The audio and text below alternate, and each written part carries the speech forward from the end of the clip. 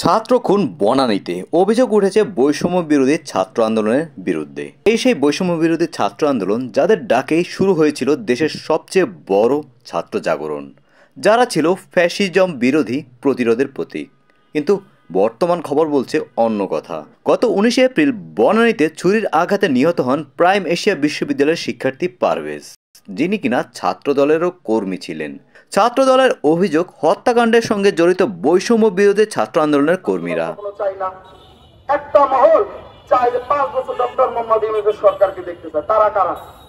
তারা এই যে মব বাহিনী বিভিন্ন নামে বেনামে যখন দেখে বাংলাদেশ জাতীয়তাবাদী ছাত্র দল সহ 2-1টি প্রগতি ছাত্র সংগঠন সাধারণ শিক্ষার্থীদের সেন্টিমেন্টকে ধারণ করে রাজনীতি করছে এবং সাধারণ শিক্ষার্থীদের মনোজগতে প্রবেশ করে সাড়া ফেলেছে, তখন তারা সাধারণ শিক্ষার্থীদের বিপ্লব করার জন্য এই আপনাদের মাধ্যমে এখানে 10 জন 20 জন হুড়াট করে মিছিল করলে আপনারাই।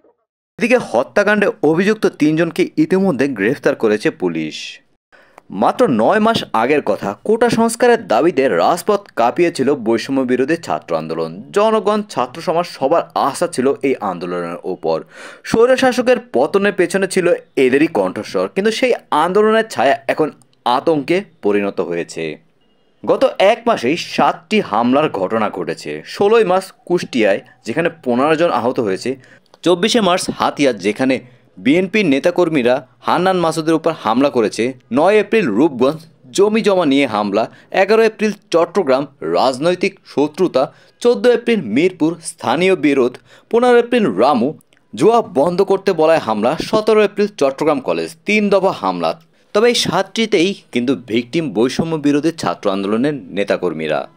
এখন শুধু মার খাওয়ার অভিযোগ নয়, মারধরের যুক্ত থাকার অভিযোগ, এমনকি হত্যাকাণ্ডে জড়িত থাকার অভিযোগ উঠেছে তাদের বিরুদ্ধে। কেউ কেউ বলছে বিপ্লবের সাফল্যই আজ তাদের ক্ষমতার নেশায় রূপ নিয়েছে। রাজনীতিতে যারা একসময় বিরুদ্ধ ছিল, তারা এখন শাসকের ভূমিকায় রয়েছে। এদিকে আওয়ামী লীগ ও তাদের বিভিন্ন সহযোগী ও অঙ্গ সংগঠনকে পুনর্বাসনের কথাও বলা হচ্ছে বৈষম্য বিরোধী ছাত্র আন্দোলনের বিরুদ্ধে। রাজনীতিক তাহলে প্রতিবাদের রূপ থেকে ক্ষমতা কুক্ষিগত করার নতুন কৌশল। এদিকে যত হামলার ঘটনা হয়েছে, কোনো ঘটনারই বিচার নেই। আর এখন প্রশ্ন থেকে যায়, বৈষম্য বিরোধী ছাত্র আন্দোলন এখন বৈষম্যের প্রতীক হয়ে উঠছে না তো? কিন্তু আমাদের মধ্যে ঘটনা ঘটলে আমরা সাধারণ একটা ঘটনা আমাদের মধ্যে ঘটতো, কিন্তু একজনকে মেরে ফেলতে হবে এই ধরনের পরিকল্পনা আমরা দেখি নাই। কিন্তু সেই জন্য এই ঘটনাটার মধ্যে শুধু তুচ্ছ ঘটনা দেখলে হবে না। আমাদের মনে হচ্ছে যে এটার পিছনে আরও ঘটনা থাকতে পারে।